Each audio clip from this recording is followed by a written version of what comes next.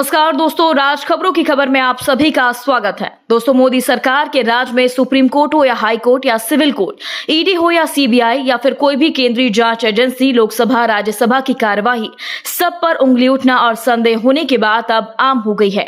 आज एक बार फिर हमारे देश के मध्य प्रदेश के हाई कोर्ट में 7 जजों की नियुक्ति पर सवाल उठे। इसके लिए विधिवत याचिका दायर की गई, जिसकी सुनवाई के बाद कोर्ट ने दलीलों के बाद फैसला सुरक्षित रख लिया है। खबर आई है कि देश के जाने माने वकील मारुति सौंधिया ने अपनी याचिका में पहली बार सुप्रीम कोर्ट की कॉलेजियम पर सवाल उठाए और देश की सबसे बड़ी न्याय व्यवस्था पर जातिवाद और वर्गवाद का आरोप लगाया। दोस्तों, याचिकाकर्ता मारुति सौंधिया ने कहा कि आजकल जो देश की सर्वोच्च अदालत में हो रहा है वह संविधान के अनुच्छेद 13, 14, 15, 16 और 17 के प्रावधानों और भावना के विपरीत है। आपको बता दें, भारत को आजाद हुए 76 वर्ष पूरे हो गए हैं। 75 साल से लोकतांत्रिक व्यवस्था को लेकर 26 जनवरी 1950 से संविधान लागू हुआ, पर 2014 के बाद जब से मोदी सरकार काबिज हुई है तब से आज तक सुप्रीम कोर्ट, हाई कोर्ट के साथ लोकसभा के द्वारा चयनित पीएम कानून मंत्रियों के बीच टकराव देखने को मिला है। हाई कोर्ट के जज कई बार पत्रकार वार्ता कर मोदी सरकार पर आरोप लगा चुके हैं। हद तो यह हो गई है कि मोदी सरकार ने पूर्ण बहुमत के बल पर सुप्रीम कोर्ट के फैसलों को बौना कर दिया। वहीं अब मध्य प्रदेश हाई कोर्ट में 7 जजों की नियुक्ति की वैधानिकता को चुनौती देने और इस पर फैसला सुरक्षित रखने की खबर आई है। दोस्तों, मध्य प्रदेश के हाई कोर्ट में 4 नवंबर 2023 को एक याचिका दायर की गई। इस याचिका पर मंगलवार 28 मई को गर्मा गर्म सुनवाई हुई।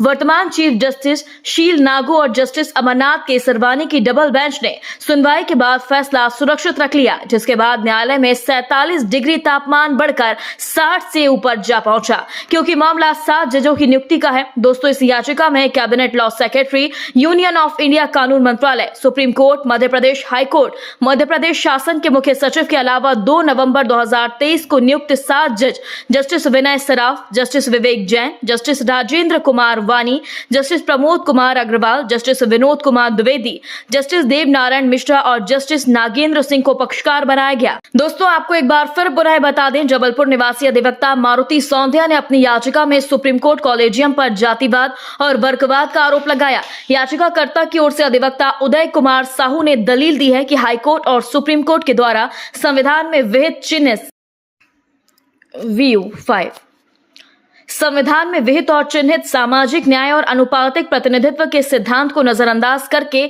एक ही वर्ग, जाति और परिवार विशेष के अधिवक्ताओं के नाम जज बनाने के लिए भेजे गए। यह संविधान के अनुच्छेद 13, 14, 15, 16 और 17 के प्रावधान और भावना के विपरीत हैं। यही नहीं, याचिकाकर्ता के द्वारा कहा गया कि न्यायपालिका में सभी वर्गों का अनुपातिक प्रतिनिधित्व होना आवश्यक है।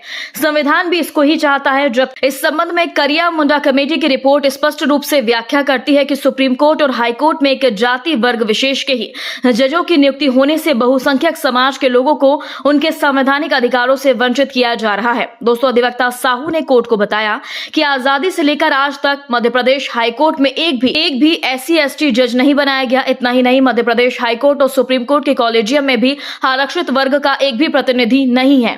दोस्तों, याचिका में आरोप लगाया गया है कि कॉलेजियम मनमाने रूप से अपने चहेतों को उपकृत करने के लिए जज के लिए नाम की अनुशंसा करती है, जो न्याय संगत नहीं है। अधिवक्ता साहू ने उदाहरण देकर बताया कि हाल ही में retired chief justice Ravi Malimath अपनी तीसरी पीढ़ी के हाई कोर्ट के जज थे।